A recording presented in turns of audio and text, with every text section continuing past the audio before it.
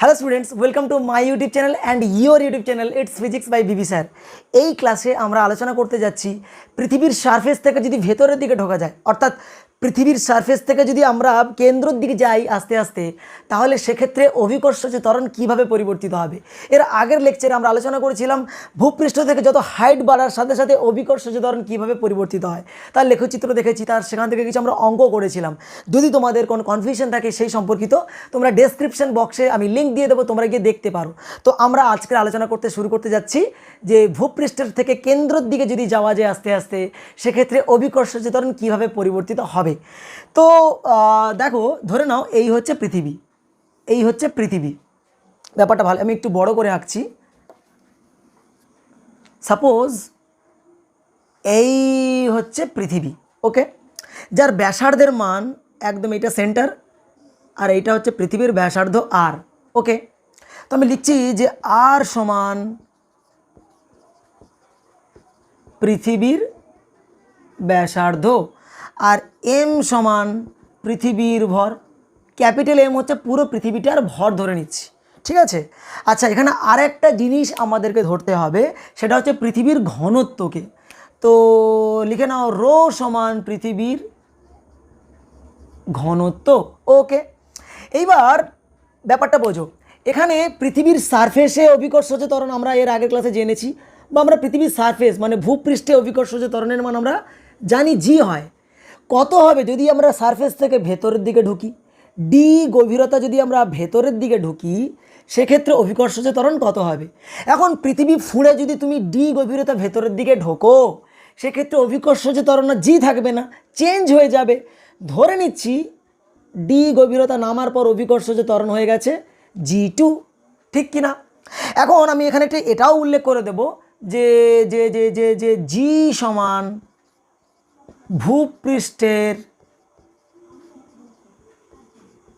ত্বরণ আর G2 সমান ভূপৃষ্ঠের থেকে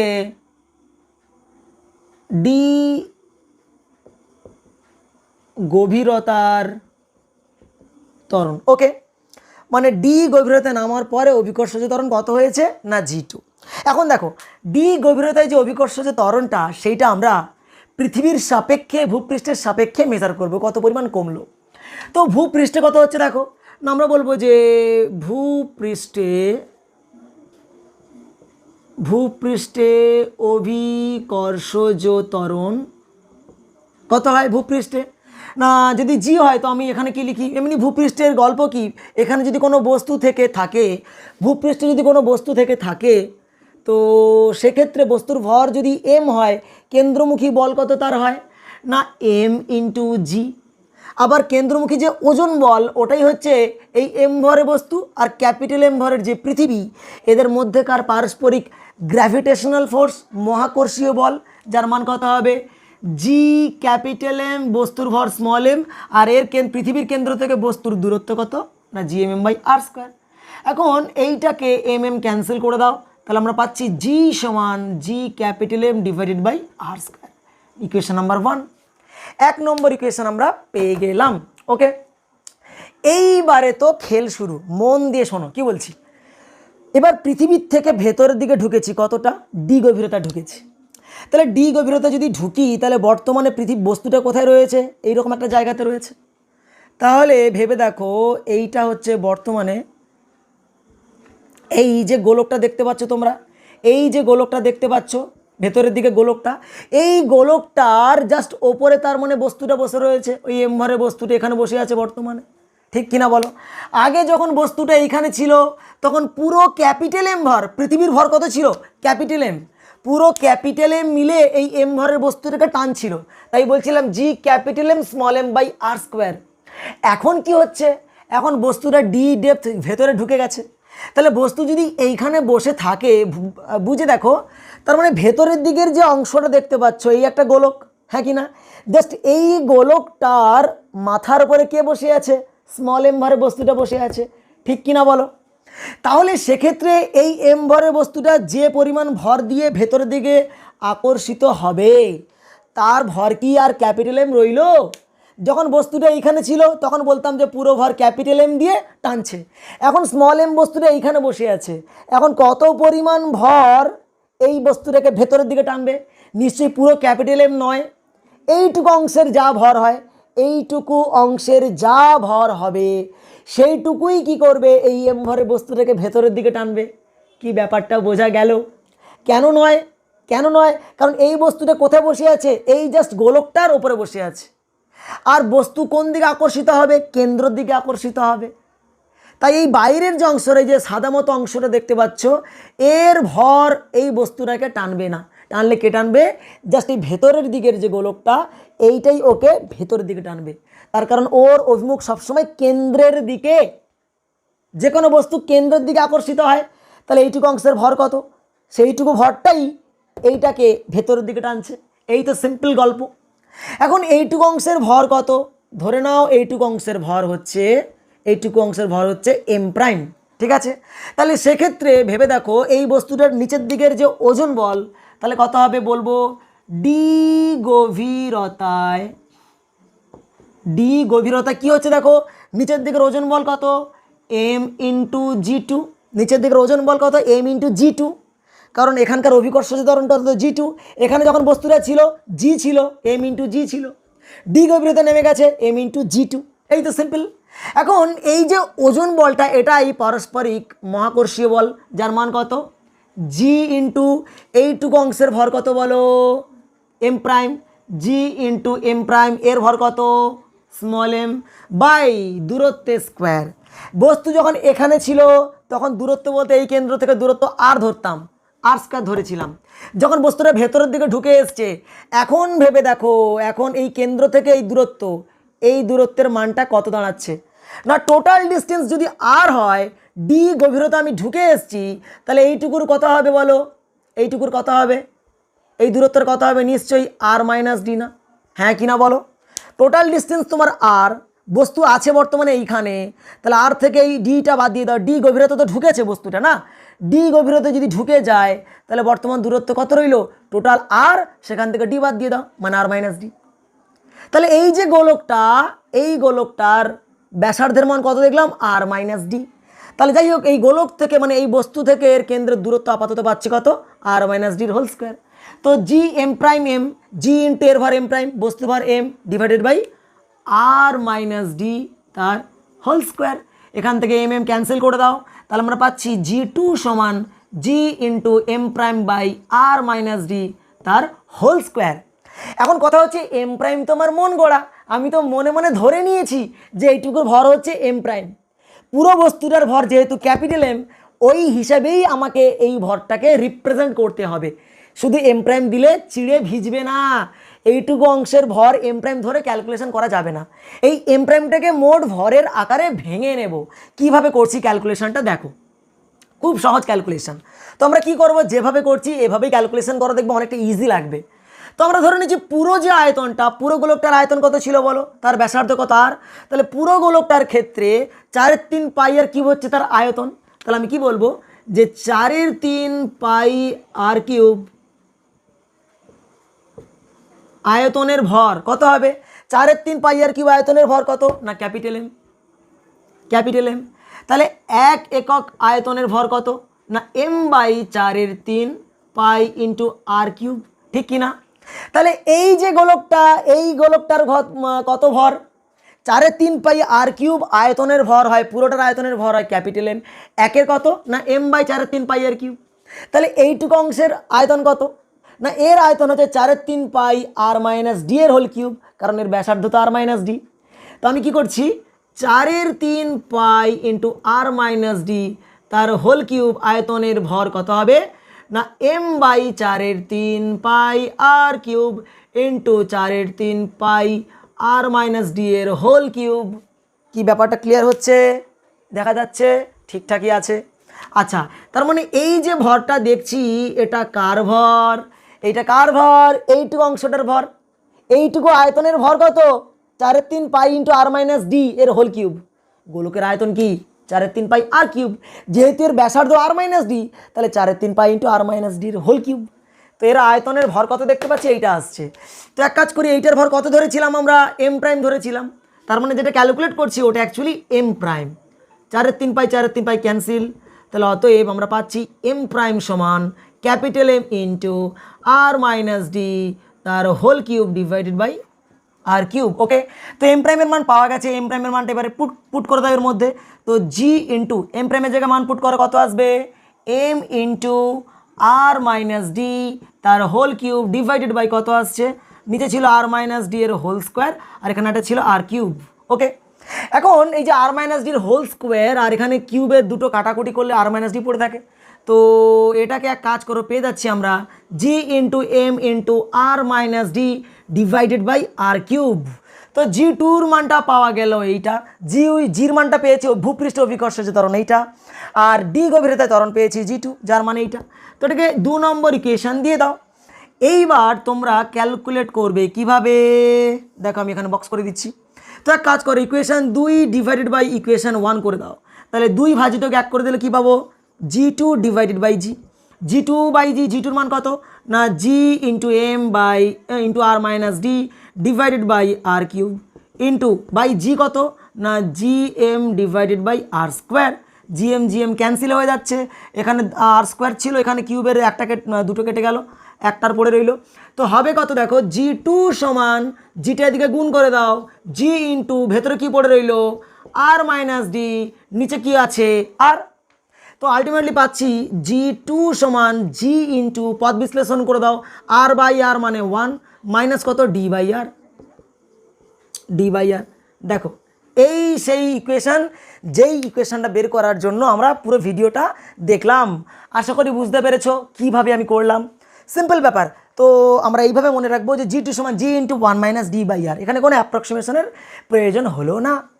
তো ক্যালকুলেশন আমি আরেকবার চুটকি দিয়ে একবার বলে দিচ্ছি, মন দিয়ে শুনে নাও।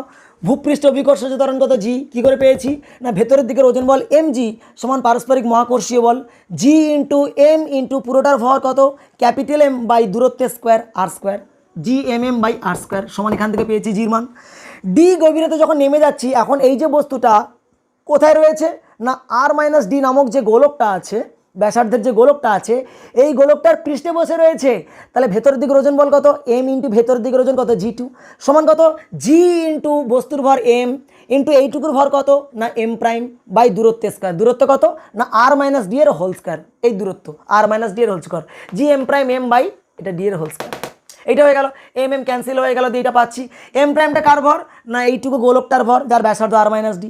তো ক্যালকুলেশন করবো কীভাবে না 4/3 পাই আর কিউব আয়তনের ভর, 4/3 পাই আর কিউব আয়তনের ভর ক্যাপিটাল এম, একের কত M by 4/3 pi R cube, তাহলে আর মাইনাস ডি ব্যাসার্ধের যে গোলকটা তার আয়তন কত না 4/3 পাই আর মাইনাস ডি, এর হোল কিউব আয়তনের ভর কত না এম বাই ওইটা হোল ইন্টু দিস, কাটাকুটি করে এম প্রাইম পেয়ে গেলাম, মান পুট করলাম, দিয়ে জি টুর মান পাওয়া গেল, দিয়ে 2 ভাজিতকে 1 করে আমরা পেয়ে গেলাম জি টু সমান G into 1 minus D by আর। লাগাও চশমা। এই তো আশা করি বুঝতে পেরেছো কিভাবে করলাম সলভটা। আমি ধরে নাও এই হচ্ছে পৃথিবীর পৃষ্ঠ, এটা একদম পৃথিবীর পৃষ্ঠ সারফেস এইখানে, আর এদিকে হচ্ছে দূরত্ব, দূরত্ব বলতে এদিকে হচ্ছে গভীরতা, দিদি গভীরতা। দেখো গ্রাফ 2 ধরনের হয়, কীভাবে করছি দেখো, আমি এদিকে গভীরতা দিয়েছি মানে এদিকে আমি ডিকে প্লট করলাম, আর এদিকে অভিকর্ষজ ত্বরণ জিকে প্লট করছি। এখন দেখো পৃথিবীর পৃষ্ঠে অভিকর্ষজ ত্বরণের মান কত এই সারফেসে, তাহলে পৃষ্ঠে কত হতো বলো, পৃষ্ঠে মানে কি তোমার ডি গভীরতার মানটা কত 0, ডি মানে কি ডেপথ, ভেতরের দিকে যখন ঢুকছি, ভেতরের দিকে তো আপাতত আমি ঢুকিনি, আমি তো এই পৃষ্ঠেই রয়েছি, তাহলে পৃষ্ঠে ডেপথের মান কত 0, ডি যদি 0 বসিয়ে দাও তাহলে জি টু পাবো আমরা জি ইন্টু 1 মাইনাস 0 বাই আর মানে কত জি। তাহলে পৃষ্ঠে অভিকর্ষজ ত্বরণের মান একদম পৃষ্ঠে, এইখানে অভিকর্ষজ ত্বরণ হাই একদম এই পৃথিবী পৃষ্ঠে, যখন ভেতরের দিকে ঢোকোইনি তখন ডির মান কত 0, ডিটা কি ডেপথ, তুমি তো ঢোকোনি ভেতরে, তাহলে ডির মান কত 0, ডি যদি 0 হয়ে যায় তাহলে অভিকর্ষজ ত্বরণ হবে জি টু সমান কত জি, একদম এইখানে অভিকর্ষজ ত্বরণ হবে কত জি। কি ব্যাপারটা ক্লিয়ার হচ্ছে? এইবার যদি আস্তে আস্তে ভেতরের দিকে ঢুকি, আস্তে আস্তে ডির মানটাকে বাড়াচ্ছি, যত ডির মান বাড়বে টোটাল মানটা কী হবে 1 থেকে বাদ যাচ্ছে মানে কি কমে যাবে, তো গ্রাফটা এইরকম ফল করবে, এইরকম করে ফল করবে। এবং কেন্দ্রে কেন্দ্রে যখন ভেতরের দিকে নামতে নামতে একদম কেন্দ্রে গিয়ে পৌঁছবো, কেন্দ্রে ডি মান ডেপ্থের মানটা বাড়তে বাড়তে কত হয়ে যাবে, পৃথিবীর ব্যাসার্ধের সঙ্গে সমান হয়ে যাবে না? তো যখন ডি সমান আর হয়ে যাচ্ছে, ডেপ্থের মানটা যখন ব্যাসার্ধের সঙ্গে সমান হয়ে যাচ্ছে, মানে কেন্দ্রে চলে এসেছি, আর বাই আর দ্যাট ইজ 1। তো 1 - 1 ডির জায়গায় আর পুট করবো, তো আর বাই আর মানে কত 1 হয়ে যাবে। 1 - 1 মানে কত হয়ে যাবে, দেখো জি ইন্টু 1 - 1 মানে কত 0।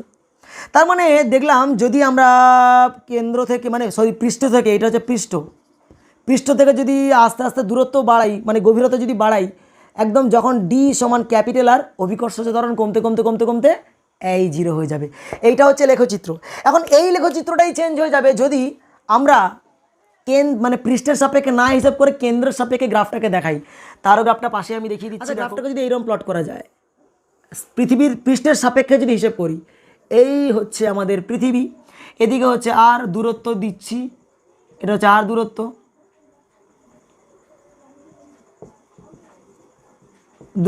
আর এদিকে অভিকর্ষজ ত্বরণ জি।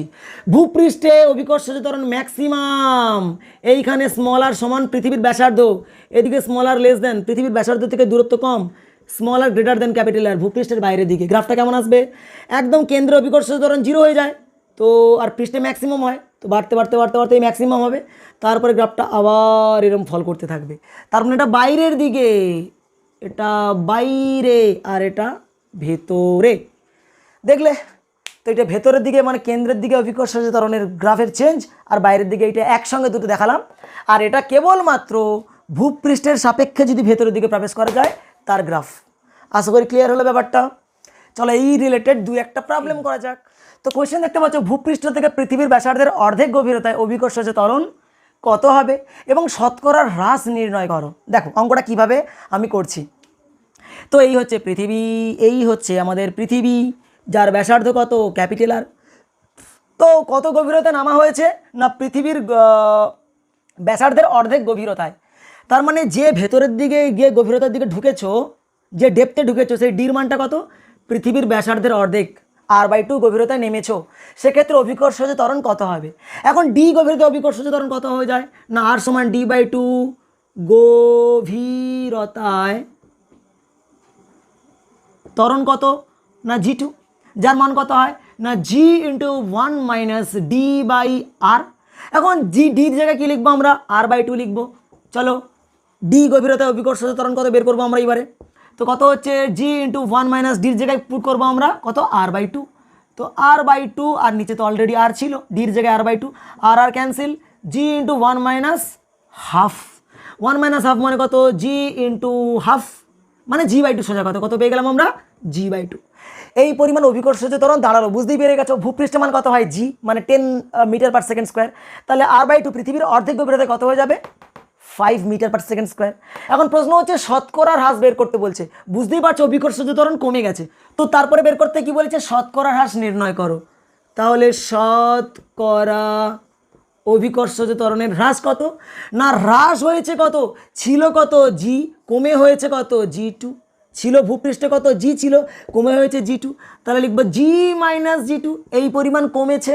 শতকরা কত কমেছে, ডিভাইডেড বাই g, মানে মোটের ওপরে এই পরিমাণ কমেছে ইন্টু 100%। যেহেতু মোট মান আগে কত ছিল g, তার সাপেক্ষে কমেছে কত না g - g2, তাই g - g2 এই পরিমাণ কমেছে, ডিভাইডেড বাই টোটাল মান g হোল ইন্টু 100%। মান ফটাফট পুট করো, কত আসবে, g - g2 মান কত, g/2 by g whole into 100% সমান কত হচ্ছে, দেখো g কমন নিয়ে নাও, 1 - হাফ হোল ইন্টু 100%। 1 - হাফ মানে কত, হাফ, হাফ মানে কত 0.5 ইন্টু 100%, তার মানে হয়ে গেল কত, ক্যালকুলেশন করে নাও, 100 গুণ করে দিলে 50%। তার মানে যদি আমরা অর্ধেক গভীরতায় নামি তো 50% হ্রাস পাবে। ক্লিয়ার হলো? তো এই হচ্ছে গল্প। আচ্ছা, যেমন আরও একটা প্রবলেম করা যাক, যেমন আরেকটা অঙ্কটা করা যায়। প্রথমে আমরা করব ভূপৃষ্ঠ থেকে কত গভীরতায় অভিকর্ষজ ত্বরণ 25% কমে যাবে। আচ্ছা 25% কমে যায় যদি, তার মানে বর্তমানে অভিকর্ষজ ত্বরণ কত, 25% যদি হ্রাস পায় তাহলে বর্তমানে অভিকর্ষজ ত্বরণ কত না, 100 থেকে 25 বাদ দিয়ে দাও, মানে কত আসবে 75%। সিম্পল। তাহলে কত গভীরতায় 25% কমে যাবে, তাহলে বর্তমানে যদি 25 কমে যায় অভিকর্ষজ ত্বরণ কত হচ্ছে 75%। তাহলে আমি কি লিখবো, G2 সমান G into 1 minus D by R. G2 মান কত না G ইন্টু 75%, তো মানে 75/100 সমান G into 1 minus D by R. তো জি জি ক্যান্সেল হয়ে যাবে, 25 4 100, 25 3 75, তো আমরা পাচ্ছি 3/4 equals to 1 minus D by R, তাই না? তো আমাকে ডি ডেপথ, ওই ডেপথের মান বের করতে হবে। তো এক কাজ করে এটা এগিয়ে চলে এসো, তো ডি বাই আর পাচ্ছি আমরা 1 মাইনাস 3/4, তো 4 থেকে 3 বাদ দিলে কত 1/4, তো আমরা পেয়ে যাচ্ছি ডি সমান r/4। দেখো পৃথিবীর ব্যাসার্ধের 1/4 গভীরতায় অভিকর্ষজ ত্বরণ 25% হ্রাস পাবে। নেক্সট কি বলেছে, কত গভীরতায় অভিকর্ষজ ত্বরণ 25% হবে। যদি 25% হয় তাহলে বর্তমান অভিকর্ষজ ত্বরণটা কত, G2 সমান কত না G into 25%, direct G into 25%। প্রশ্নটার মধ্যে ডিফারেন্স দেখো, এখানে কি বলে দিয়েছে অভিকর্ষজ ত্বরণ 25% হ্রাস পাবে, কমে যাবে, তখন 100 মাইনাস 25 মানে 75। এখানে বলছে অভিকর্ষজ ত্বরণ 25% হবে, কত গভীরতা নামলে, দুটো কোশ্চেন আছে। বর্তমানে বলছে অভিকর্ষজ ত্বরণ 25% হবে, তাহলে G2 মান কত G ইন্টু 25%, তো G ইন্টু 25 ডিভাইডেড বাই 100, 25 4 100, তো G2 মান পাচ্ছি আমরা কত না G/4। এখন কত গভীরতায় হয়ে যাবে এটা G/4, তো ফর্মুলা বসাও, G2 সমান কত G into 1 minus D by R, ফাটাফাট করো, G2 সমান কত G/4 সমান G into 1 minus D by R, তো জি জি ক্যান্সেল হয়ে যাচ্ছে, 1/4 সমান 1 মাইনাস ডি বাই আর, এই তো। তাহলে একদিকে এদিকে নিয়ে চলে এসো, তাহলে ডি বাই আর সমান 1 মাইনাস 1/4, 4 একে 4 1 3, 4 থেকে একবার দিলে 3, 3/4, তো আমরা পেয়ে যাচ্ছি স্মল ডি সমান 3/4 ইন্টু ডি। এই দেখো 3/4 অভিকর্ষজ ত্বরণ 25% হয়ে যাবে। আশা করি ক্লিয়ার হলো। তো এই ছিল আজকের ডি গভীরতার জন্য অভিকর্ষজ ত্বরণের গ্রাফ উইথ কিছু নিউমেরিক্যালস আমি দেখালাম। দেখা হচ্ছে নেক্সট এপিসোডে নতুন আরও একটা অভিকর্ষজ ত্বরণের ভিডিও নিয়ে। টিল দেন তোমরা ভালো করে পড়াশোনা করে যাও, আর অবশ্যই বই থেকে অঙ্কগুলো করার নিজে থেকে সলভ করার চেষ্টা করো। টাটা।